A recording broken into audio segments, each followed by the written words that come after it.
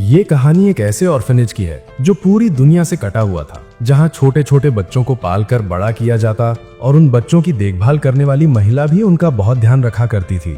लेकिन जैसे ही वे बच्चे 12 साल के होते, उनके लिए नए माँ बाप उन्हें लेने आते। पर बच्चों को ये नहीं पता था कि उन्हें उनके नए माँ बाप को नहीं बल्कि राक्षसों को सौंपा जा रहा है, जो उन्हें मारकर खा जाते हैं। एमा ऑर्फनेज के अंदर ही 11 साल से रह रही है। वो, नॉर्मन और रे तीनों अपने बाकी दोस्तों के बीच जीनियस माने जाते हैं। उनकी केयरटेकर इज़ाबेला हमेशा मुस्कान के साथ सबका ख्याल रखती है। हर दिन सब लोग साथ बैठकर गरम गरम खाना खाते हैं। लेकिन एमा और उसके दोस्तों को ये नहीं पता कि ये कोई आम ऑर्फनेज नहीं है। असल में वो ही खाने के लिए तैयार किए जा रहे हैं।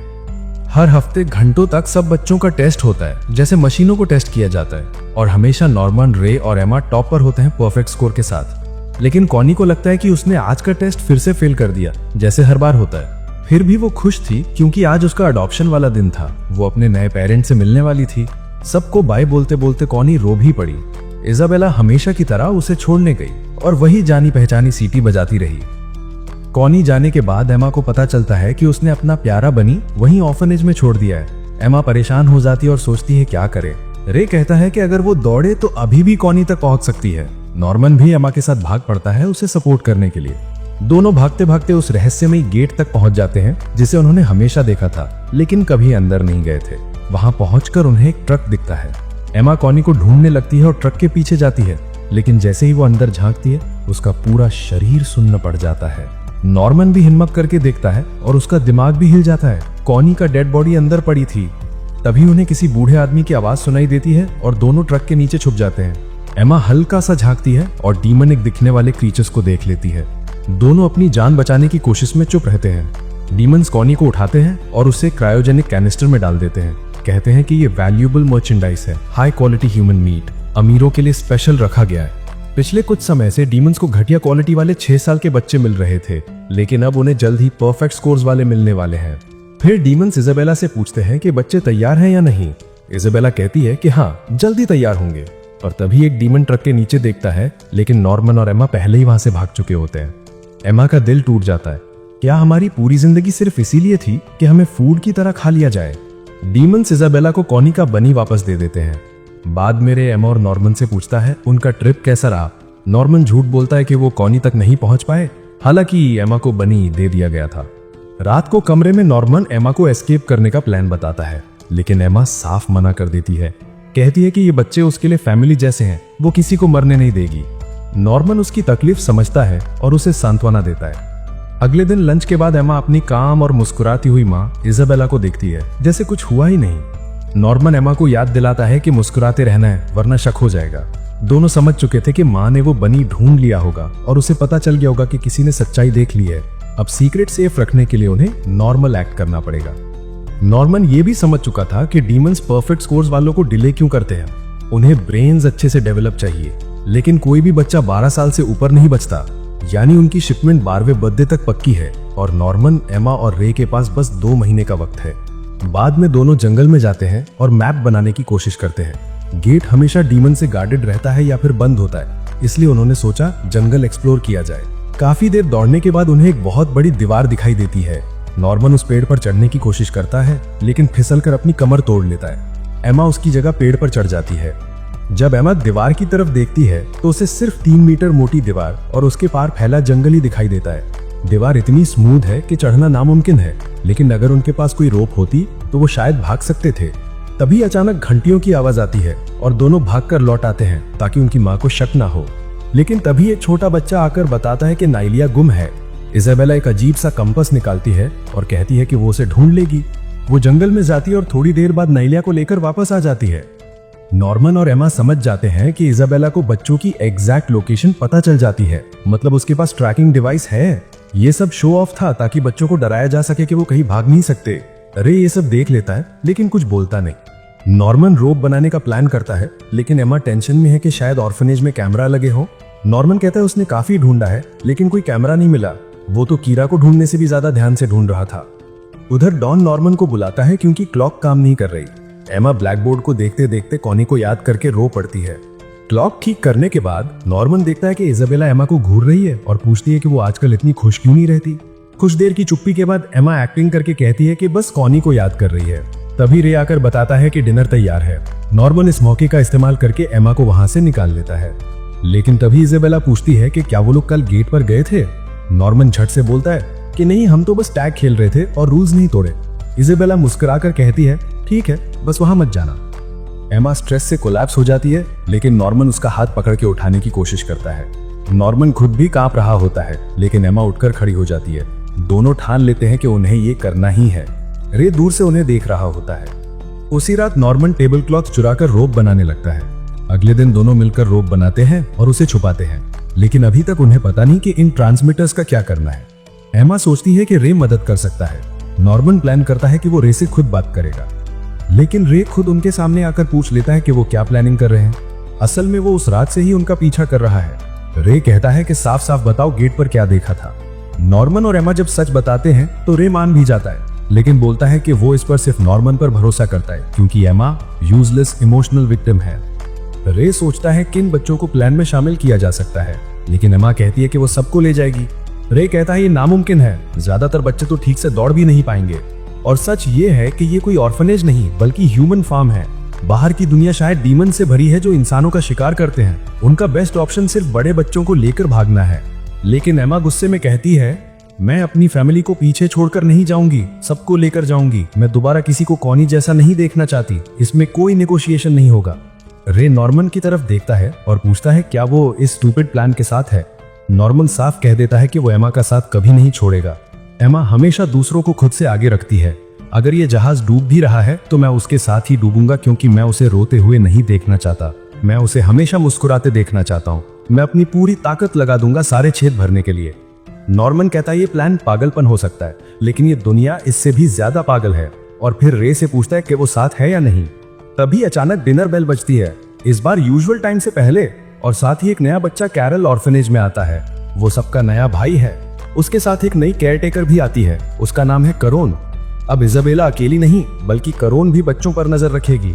नॉर्मन इस बात से परेशान है कि अब उन्हें ट्रांसमीटर्स के साथ साथ एक और बड़ी मुसीबत झेलनी पड़ेगी, लेकिन रे हंसकर कहता है दो औरतें मतलब डबल प्लॉट ट्विस्ट। फिर भी सच ये है कि चाहे ये नई केयरटेकर कहीं से भी आई हो, उन्हें अब ट्रैकिंग डिवाइसेस का पता लगाना ही होगा। रे सोचता है कि कोई ऐसा डिवाइस जो बॉडी पर स्कार ही ना छोड़े, इतना एडवांस तो हो ही नहीं सकता। जरूर बॉडी पर कहीं ना कहीं कोई निशान होगा, बस इतना है कि वक्त के साथ वो फेड हो गए। नॉर्मन के दिमाग में एक जीनियस आइडिया आता है, क्यों ना कैरल को चेक किया जाए, क्योंकि वो अभी अभी यहां पर आई है। उधर कैरन इजाबेला को उसकी अचीवमेंट्स के लिए बधाई देती है और कहती है कि वो सबसे बेस्ट मदर है, क्योंकि वही सबसे हाई क्वालिटी मीट प्रोड्यूस करती है।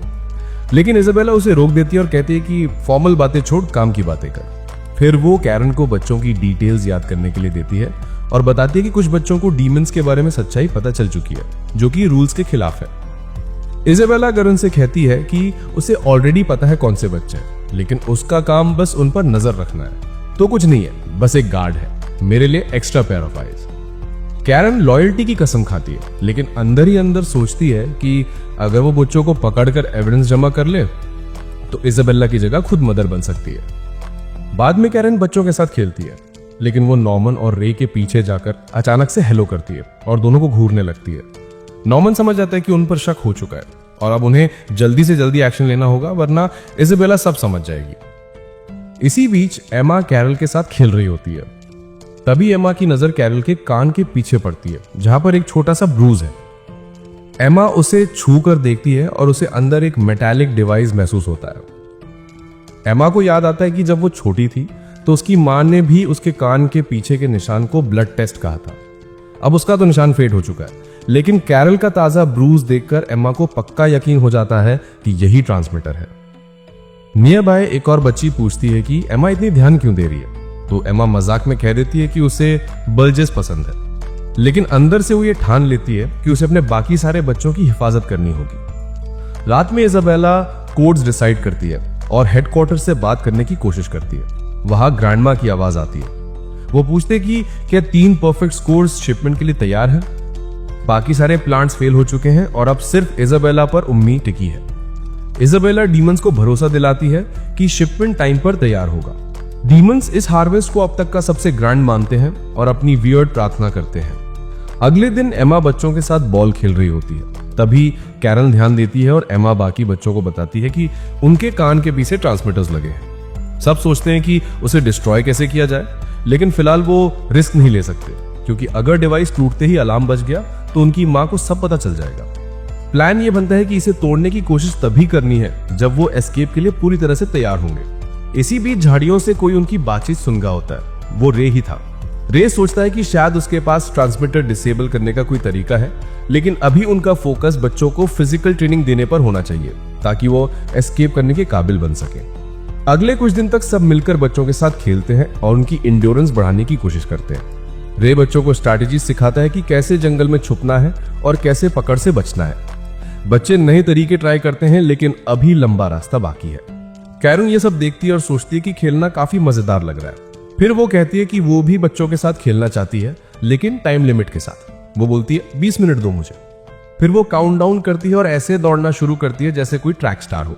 कैरन क्रिएटिव तरीकों से बच्चों को ल्योर करती है और एक एक करके सबको पकड़ लेती है। वो तो पेड़ों को तोड़ते हुए भागती है जैसे किसी इंसान से ज्यादा कोई सुपर ह्यूमन हो। जब वो आखिरी 2 बच्चों को पकड़ने ही वाली थी, एमा अपनी पूरी ताकत लगाकर उन्हें बचाने के लिए दौड़ पड़ती है। वो दोनों बच्चों को उठाकर स्प्रिंट करती है और किसी तरह से उन्हें स्टोन पिलर्स वाले इलाके तक ले आती है। लेकिन कैरन को पता है कि एमा पूरी तरह थक चुकी है। वो इधर उधर देखती है और कहती है, अब छोड़ भी दे एमा, तू ज्यादा देर तक नहीं टिक पाएगी। अगर तूने आज रात का हार्वेस्ट देखा होता तो खुद ही हार मान लेती। फिर कैरन सोचती है कि एमा अब उसके साथ है, लेकिन टाइम खत्म होने में कुछ ही मिनट बाकी थे। नॉर्मन और रे भागकर उससे डिस्टेंट बना लेते हैं और अलग अलग डायरेक्शन में चले जाते हैं। कैरन नॉर्मन को पकड़ने की कोशिश करती है, लेकिन नॉर्मन की सुपीरियर पार्कोर स्किल्स उसे बचा लेती है। वो इतनी फास्ट मूव्स करता है कि कैरन की आंखों के सामने ही गायब हो जाता है। ये देखकर कैरन शॉक में पड़ जाती है। रे उसकी तरफ देखकर बोलता है कि टाइम खत्म हो गया। कैरन मान जाती है कि बच्चों की फिजिकल स्ट्रेंथ उससे कहीं ज्यादा है, लेकिन फिर भी उसके चेहरे पर मुस्कान आ जाती है। उसे लगता है कि वो किसी और तरीके से इन्हें पकड़ सकती है। कुछ हफ्ते बीत जाते हैं और सब नोटिस करते हैं कि कैरन ने अब तक कुछ खास नहीं किया। नॉर्मन को शक होता है कि बच्चों में ही कोई स्पाई है जो उन पर नजर रख रहा है। रे भी अग्री करता है कि हाँ, कोई ना कोई जरूर गद्दार है।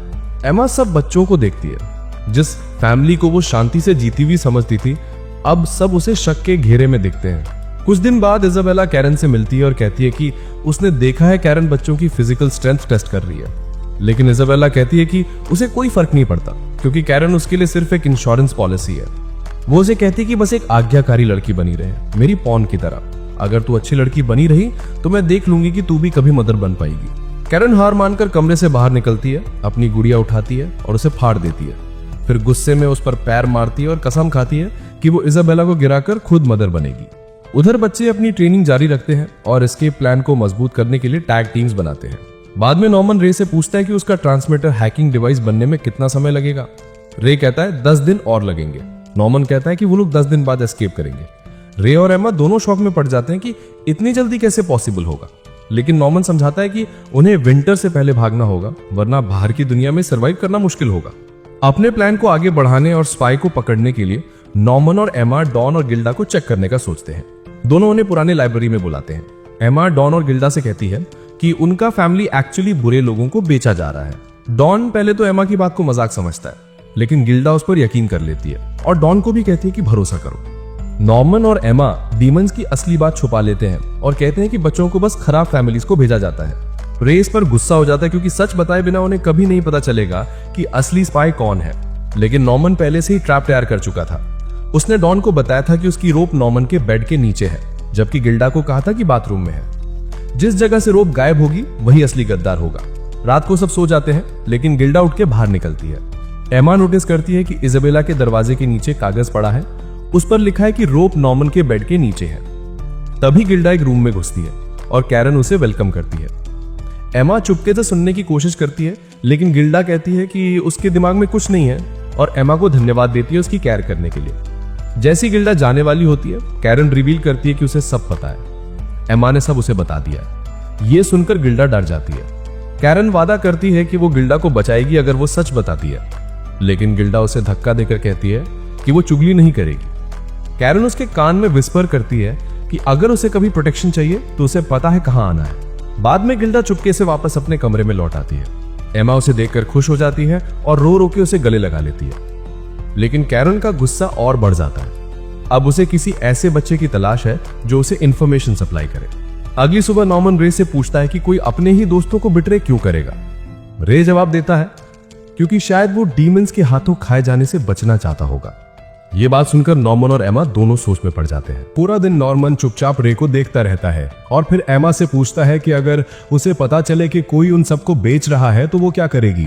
एमा कहती है कि वो तो फिर भी उसे बचाने की कोशिश करेगी क्योंकि आखिरकार वो सब फैमिली है। उसकी ये मासूमियत नॉर्मन के चेहरे पर हल्की सी मुस्कान ला देती है। नॉर्मन और रे साथ में जाकर सबसे पहले बाथरूम के ऊपर चेक करते हैं और देखते हैं कि रस्सी अभी भी वहीं पड़ी है। फिर वो नॉर्मन के बिस्तर पर जाते हैं लेकिन वहां कोई रस्सी नहीं मिलती। रे को लगता है कि डॉन ही गद्दार है और वो यही सोचकर अफसोस करता है, लेकिन यही था नॉर्मन का असली 300 IQ वाला दिमागी दांव। असल में डॉन और गिल्डा के लिए उसने 4 जाल लगाए थे। 2 जाल ऐसे थे जिससे रे को लगे कि नॉर्मन उसके साथ ईमानदार है, लेकिन असली ट्रैप डॉन के लिए डाइनिंग हॉल में और गिल्डा के लिए लाइब्रेरी में लगाया गया था। नॉर्मन के बिस्तर वाली रस्सी तो कभी थी ही नहीं, तो फिर वो कैसे गायब हो गई ये तो सिर्फ रे ही जानता था। रे हार मानकर लेट जाता है और फिर हंसने लगता है। उसे हैरानी होती है कि नॉर्मन ने कैसे पकड़ लिया। वो खुद बताता है कि हाँ, वही था जो अब तक सबको धोखा दे रहा था। नॉर्मन समझ गया था कि रे ही सबसे परफेक्ट इंसान है इस काम के लिए। उसकी इंटेलिजेंस और चालाकी ही सबको भटका सकती थी। नॉर्मन उससे पूछता है कि वो कब से मदर के लिए काम कर रहा है। रे कहता है कि जब से उसे यहाँ लाया गया था तभी से। नॉर्मन पूछता है कि क्या ट्रांसमीटर सच में नष्ट हो सकते हैं, लेकिन रे कुछ नहीं बताता क्योंकि अब उसे लग रहा है कि नॉर्मन उसे छोड़ देगा। लेकिन नॉर्मन कहता है कि वो उसे कभी नहीं छोड़ेगा, बस 3 शर्तों पर। एक तो सबकी सुरक्षा की गारंटी दे, दूसरा जो भी जानकारी है सब सच सच बताए, और तीसरा मदर का डबल एजेंट बन जाए। रे सोचता है कि नॉर्मन इतना जिद्दी क्यों है दोस्त बने रहने के लिए। तो नॉर्मन कहता है कि एमा की बातें उसे इंस्पायर करती हैं कि सब मिलकर फैमिली बने रहें। नॉर्मन को अभी भी समझ नहीं आता कि रे ने बनी क्यों छुपाया ताकि वो डीमंस का सच जान पाए, और क्यों वो बार बार उन्हें हेल्प भी करता रहा जबकि वो चाहता तो रोक भी सकता था। तब रे सच्चाई बताता है, उसने खुद अपनी मर्जी से मदर को ऑफर दिया था। डील ये थी कि अगर वो उसके लिए काम करेगा तो उसकी शिपमेंट 12 साल तक डिले हो जाएगी और बाहर की चीजें खरीद के दी जाएंगी। उसी सामान से वो एक ऐसा डिवाइस बना रहा था जो ट्रांसमीटर को नष्ट कर सके। मतलब इस पूरे खेल का सबसे बड़ा ट्रम्प कार्ड वही था। कॉनी को गेट पर भेजना भी उसी की चाल थी ताकि सब डीमंस का सच जान जाए और उनके पास एस्केप प्लान का मजबूत कारण हो। उसकी एक ही शर्त थी नॉर्मन के लिए, वो एमा की खुशी के लिए ऐसा दिखाएगा कि सबको बचाना चाहता है, लेकिन जब असली वक्त आएगा तो छोटे बच्चों को छोड़ देगा क्योंकि उसकी नजर में वो सिर्फ बोझ हैं। अगर नॉर्मन ये कंडीशन नहीं मानता तो रे कहता है कि बेहतर है मैं यहीं मर जाऊं। नॉर्मन मजबूरी में मान तो लेता है लेकिन अंदर से बहुत दुखी है। रे कॉन्फिडेंट होकर चला जाता है और नॉर्मन सोच में पड़ जाता है। रात को नॉर्मन इजाबेला से मिलने जाता है। उसे भटकाने के लिए झूठ बोलता है कि कैरोन उसके खिलाफ चालें चल रही है। इजाबेला हंसते हुए कहती है कैरोन तो बस उसकी आखिरी इंश्योरेंस है क्योंकि रे तो वैसे भी निकम्मा वॉचडॉग निकला जिसने नॉर्मन और एमा को डीमंस देखने से नहीं रोका। फिर रे कहता है कि वो तो हमेशा से ही अपने दोस्तों को बेचता आया है और कैरोन पर जासूसी करता है, इसलिए उसे उसका हक मिलना चाहिए। इजाबेला डील मान लेती है और कहती है कि उसे जो चाहिए वो मिलेगा। इसी बीच नॉर्मन को डरावना सपना आता है। उसमें वो देखता है कि सारे बच्चे, यहाँ तक कि एमा भी डीमन के हाथों मर गए हैं। वो घबरा कर उठता है लेकिन दूसरों के सामने हिम्मत दिखाने की कोशिश करता है।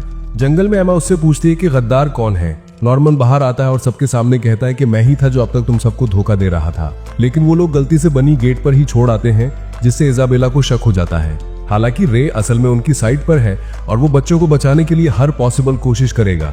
एमा को लगता है कि ये रे जैसा बिल्कुल नहीं है और उसे खुशी होती है कि सब बच्चे सेफ हो जाएंगे, लेकिन ये सोचकर कि रे ये सब पहले से जानता था, एमा थोड़ी परेशान हो जाती है और वो पूछती है कि क्या रे ने ट्रांसमीटर ब्लॉकिंग टेक्नोलॉजी बनाने के लिए बाकी बच्चों पर एक्सपेरिमेंट किया था। एमा को शक होता है कि उन बच्चों का क्या हुआ। वो रे से वादा करवाती है कि आगे कभी बच्चों को ऐसे चुनकर इस्तेमाल नहीं करेगा। रे वादा करता है कि वो ऐसा नहीं करेगा। दूसरी तरफ डॉन गुस्से में है कि वो लोग कॉनी को बाहर की दुनिया से रेस्क्यू करने की कोशिश ही नहीं कर रहे हैं। गिल्डा को लगता है कि इसके पीछे कुछ ज्यादा ही खतरनाक चाल चल रही है। उसने नोटिस किया है कि घर में कुछ तो गड़बड़ है और वो एमा से इस बारे में बात करती है। उसे लगता है कि इजाबेला के कमरे के बगल में एक हिडन सीक्रेट रूम है। रे को भी पता है कि ऐसा कोई रूम होगा जहां से इजाबेला HQ को रिपोर्ट करती होगी, लेकिन रे को ये नहीं पता चला कि वो एग्जैक्टली कहां है। डॉन सजेस्ट करता है कि चलो उस रूम को इन्वेड करते हैं, लेकिन रे मना कर देता है। वो कहता है कि इससे हमें कुछ हासिल नहीं होगा बल्कि उल्टा हमारी जानकारी एक्सपोज हो जाएगी और अगर कैरोन ने पकड़ लिया तो उसके पास पूरा सबूत होगा हमें हटाकर अगली मदर बनने का। रे डॉन से कहता है कि डिनर प्रिपेयर कर ले ताकि सबको लगे कि सब नॉर्मल है। डॉन मान तो जाता है, लेकिन जैसे ही वो नीचे उतरता है वो इजाबेला के कमरे की तरफ बढ़ जाता है और नॉक करता है। कोई जवाब नहीं मिलता तो वो अंदर घुस जाता है और सीक्रेट डोरवे ढूंढने की कोशिश करता है। वो बुक शेल्फ खींचता है लेकिन सक्सेस नहीं मिलता। तभी गिल्डा भी दरवाजा खिसकाती है और वो खुल जाता है, मगर दरवाजा लॉक्ड है। अचानक कोई कमरे में एंटर करने लगता है और उनका दिल बैठ जाता है, लेकिन अंदर आता है फिल जो कहता है कि वो तो बस हाइड एंड सीक खेल रहा था। अगले दिन डॉन अपना प्लान एग्जीक्यूट करता है और मौका पाकर अपनी माँ से की चुरा लेता है और उसे गिल्डा को दिखाता है। प्लान कामयाब हो गया, लेकिन इजाबेला को शक हो जाता है कि बच्चों का बिहेवियर थोड़ा ऑफ है। इसी बीच लाइब्रेरी में एमा कुछ नया बताती है। उसने देखा कि विलियम मिनर्वा नाम के ऑथर की कई किताबें यहाँ पड़ी हैं जिनमें सीक्रेट मैसेजेस हैं। उसी समय डॉन फाइनली उस सीक्रेट रूम का दरवाजा खोल लेता है। एमा और बाकी सब किताबों में मैसेज डिकोड करने की कोशिश करते हैं और देखते हैं कि हर सर्कल के अंदर मोर्स कोड छिपा है। डॉन और गिल्डा दरवाजा बंद करके अंदर जाते हैं और उन्हें नीचे जाने वाला एक और सीक्रेट दरवाजा मिलता है। वो अंदर जाते हैं और मैच जलाते हैं। मोर्स कोड में वर्ड्स हिडन होते हैं: doubt, danger, run, truth, harvest, monster और फार्म। नॉर्मन को लगता है कि शायद कहीं बाहर एक ह्यूमन सोसाइटी मौजूद है। उसी समय डॉन और गिल्डा उस रूम में कॉनी का बनी देख लेते हैं और समझ जाते हैं कि एमा उनसे कॉनी के जिंदा होने के बारे में झूठ बोल रही थी। नॉर्मन को ये किताबें इन्वेस्टिगेट करना बहुत जरूरी लगता है और एमा को लगता है कि इनके अंदर विल्डरनेस में सरवाइव करने का तरीका छुपा हो सकता है। लेकिन तभी डॉन और गिल्डा सुनते हैं कि उनकी माँ कमरे में आ रही है और वो डर जाते हैं कि अब तो पकड़े गए। एमा और बाकी सब डिनर के लिए बैठते हैं और नोटिस करते हैं कि डॉन और गिल्डा मिसिंग हैं। इससे सब डर जाते हैं। डॉन बाहर निकलने की कोशिश करते हैं, लेकिन इजाबेला उनकी हलचल सुन लेती है। वो दरवाजा खोल ही रही होती है कि एक बच्चा अंदर घुस आता है और इजाबेला को उसकी ड्रॉप्ड की वापस कर देता है। इसी बीच डॉन और गिल्डा दूसरे दरवाजे से निकल जाते हैं। रात में सब सोने के बाद वो सब फिर मिलते हैं और डॉन बताता है कि उन्होंने नीचे का रूम चेक कर लिया। रे गुस्से में आग बबूला हो जाता है कि इतना बड़ा रिस्क क्यों लिया।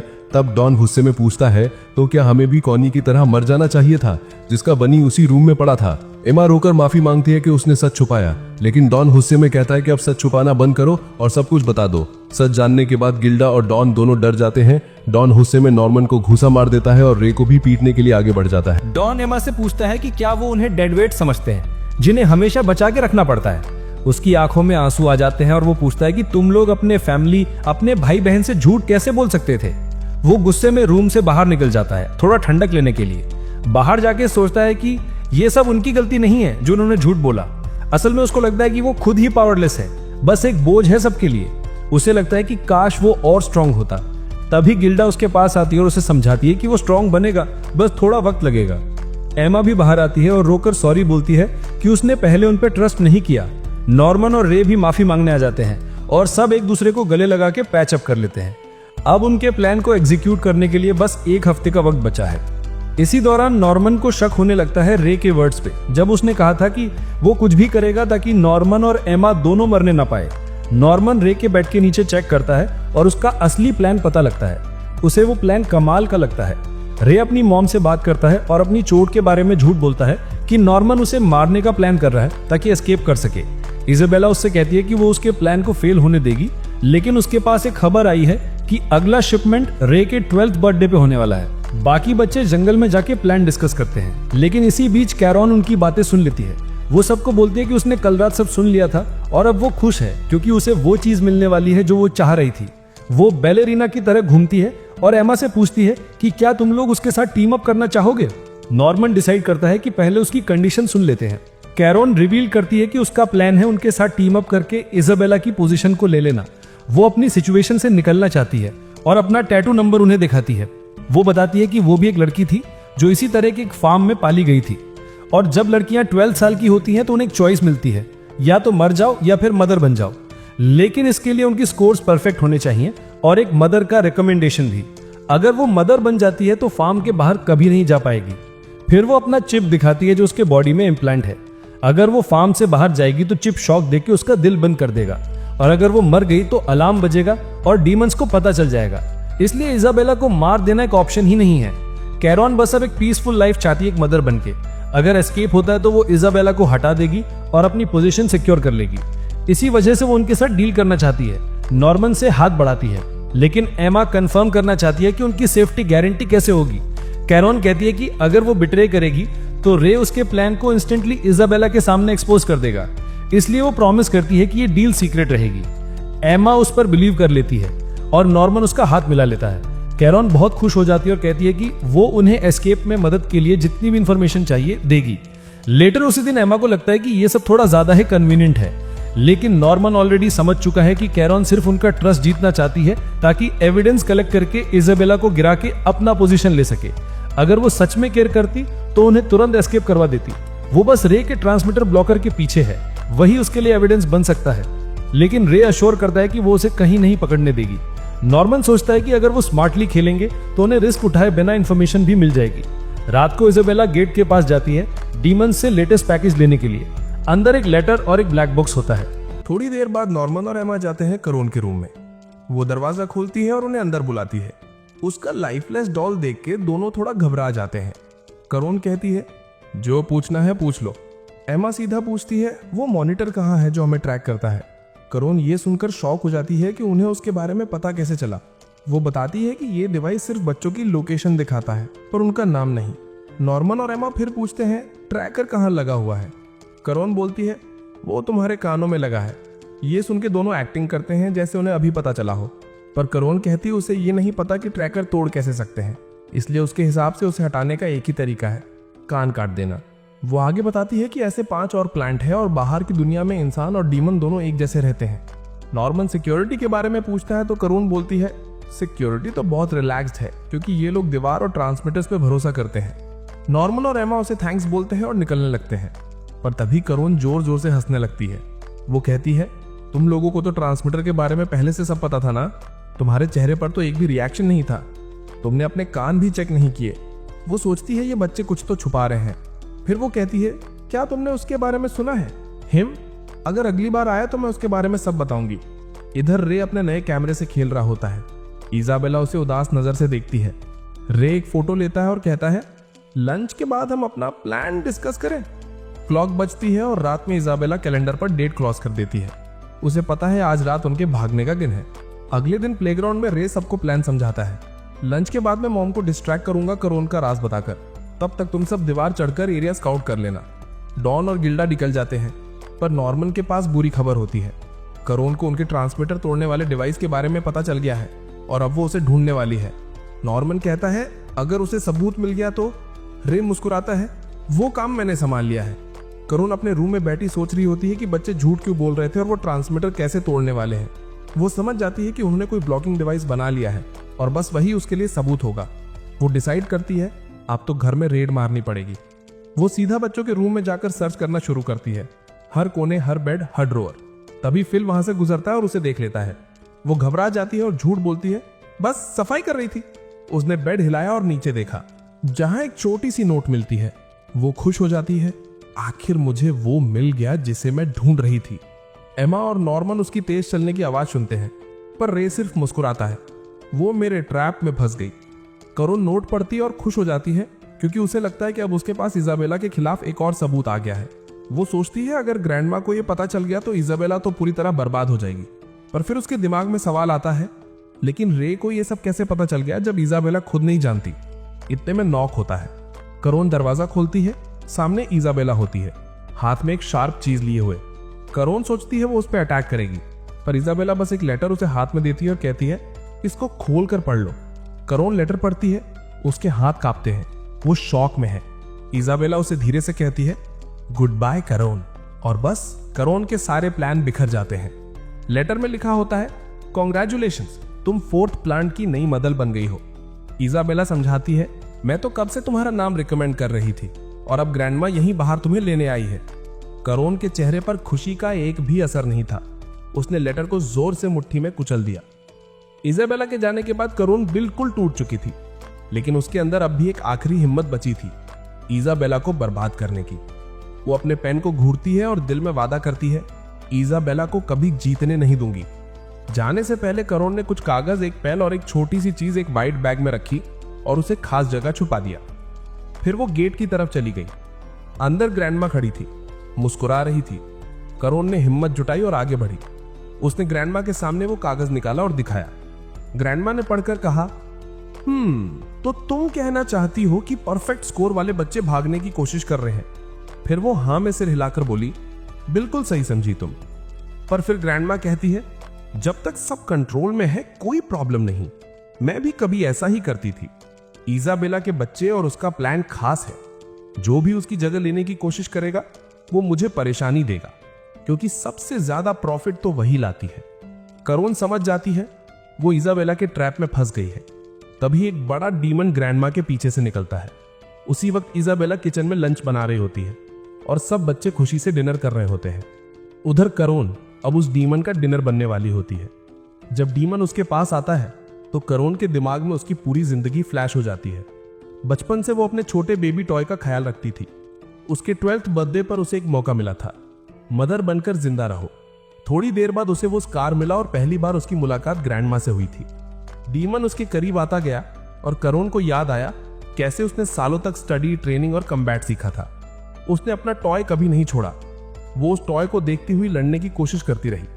अपनी ट्रेनिंग के दौरान उसकी मुलाकात एक अजीब से डॉक्टर से हुई थी।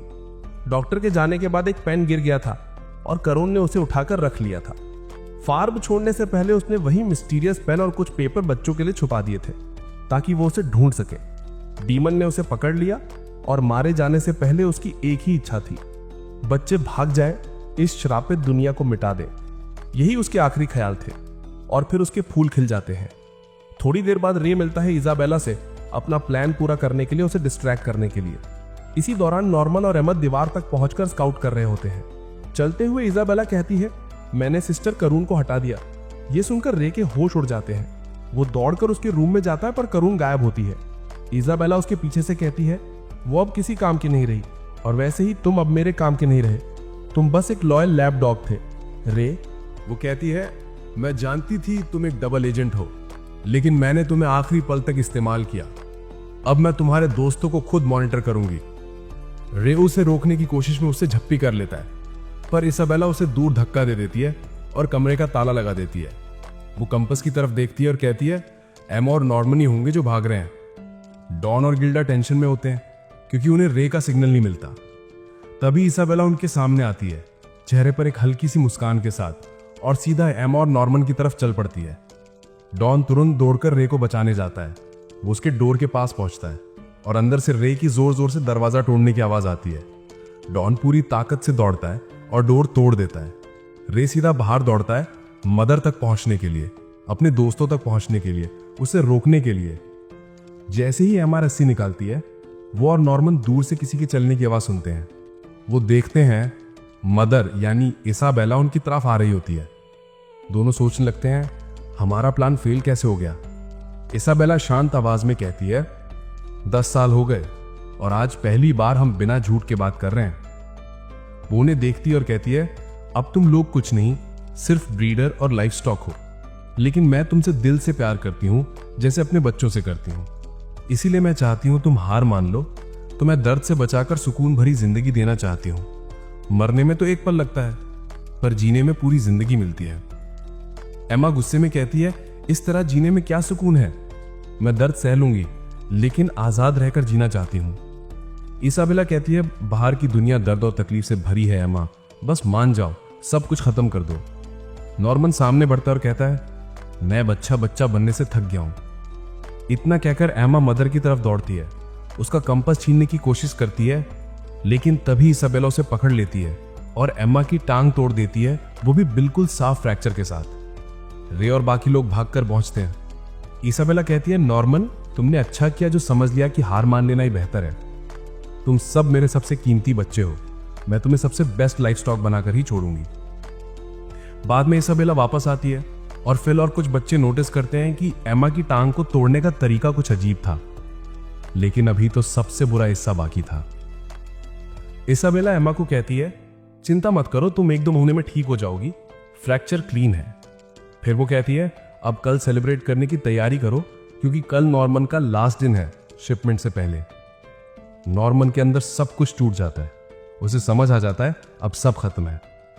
रात में वो एमा के पास बैठता है, उसके ऊपर ब्लैंकेट सेट करता है। एमा उसका हाथ पकड़ लेती है और रोना शुरू कर देती है। नॉर्मन उसे शांत करते हुए कहता है, प्लान अभी खत्म नहीं हुआ है। पर एमा चिल्लाती है, बस करो नॉर्मन, तुम कल जा रहे हो। नॉर्मन मुस्कुराता है, एक गरम लेकिन उदास मुस्कान। वो कहता है, मैं थोड़ा पानी लेने जा रहा हूं। पानी लेने के लिए जब फाउंटेन के पास जाता है, वो फॉसेट घुमाने में तकलीफ महसूस करता है। कप हाथ से गिर जाता है। उसका दिमाग बिल्कुल ब्लैंक हो जाता है। उधर रे गुस्से में चिल्ला रहा होता है, मैं नॉर्मन को बचाने का तरीका ढूंढ लूंगा। वो डॉन और गिल्डा को कहता है, सब कुछ रेडी रखो, आज रात ही भागना है। रे एमा के रूम में जाकर कहता है, हम नॉर्मन को बचाएंगे आज रात। उधर नॉर्मल अपनी हिम्मत जोड़ता है। रूम में लौटने से पहले एक मुस्कान बना लेता है ताकि एमा को चिंता ना हो। रूम में जाकर वो देखता है रे वहां पे बैठा हुआ है। रे और एमा दोनों से कहते हैं, नॉर्मन आज रात अकेले भाग जाओ। वो कहता है, नहीं मैं नहीं जाऊंगा। पर वो दोनों जोर से चिल्लाकर कहते हैं, जाना ही पड़ेगा। रे कहता है, अपना ट्रांसमीटर डिसेबल कर दो और जंगल में कहीं छिप जाओ जब तक हम सब एस्केप नहीं कर लेते। वो कहता है, डीमंस अलर्ट भी हो गए तो कोई फर्क नहीं पड़ता, क्योंकि उनके दो रूल हैं। एक तो लाइफ स्टॉक सेफ रहना चाहिए, दूसरा उन्हें सच का पता नहीं चलना चाहिए ताकि उनका दिमाग सही से डेवलप हो। नॉर्मन कहता है, ये सब गलत हो सकता है, पर रे हर प्रॉब्लम का सलूशन सोच चुका था। रे कहता है, बस जिंदा रहना किसी भी तरीके से। नॉर्मन छुपकर कहता है, मैं भाग नहीं सकता। अगर मैं भाग लिया तो वो मेरी जगह एमा या किसी और को भेज देंगे। मैं किसी और को अपनी जगह मरने नहीं दूंगा। तब एमा कहती है, रे तू मेरी टांग की तरह उसकी भी टांग तोड़ दे। जो इंजर्ड होता है वो हाई क्वालिटी मीट नहीं रहता। रे हंस पड़ता है, यार एमा तू तो जीनियस निकली। वो कहता है, हम बीमारी भी दिखावा कर सकते हैं ताकि हमें शिप ना किया जाए। एमा कहती है, हम फैमिली हैं नॉर्मन, मैं तुम्हें कभी छोड़कर नहीं जाऊंगी। नॉर्मन रो पड़ता है और कहता है, ठीक है मैं प्लान के साथ हूं। रे उसे एक छोटी सी मशीन देता है, ट्रांसमीटर ब्लॉकिंग डिवाइस, और कहता है, कल सुबह दीवार स्काउट कर लेना, फिर छुप जाना। ये डिवाइस मैंने 6 साल में बनाई है। नॉर्मन हैरान होकर पूछता है, रे तुझे सब पहले कैसे पता था? तब रे बताता है, मैं एक रेयर बच्चा था, मुझे कभी चाइल्डहुड एमनीजिया नहीं हुआ था। मुझे सब याद है। जब मैं पैदा हुआ था, एक अंधेरा कमरा, एक लोरी की आवाज, सब कुछ अब भी मेरे दिमाग में है।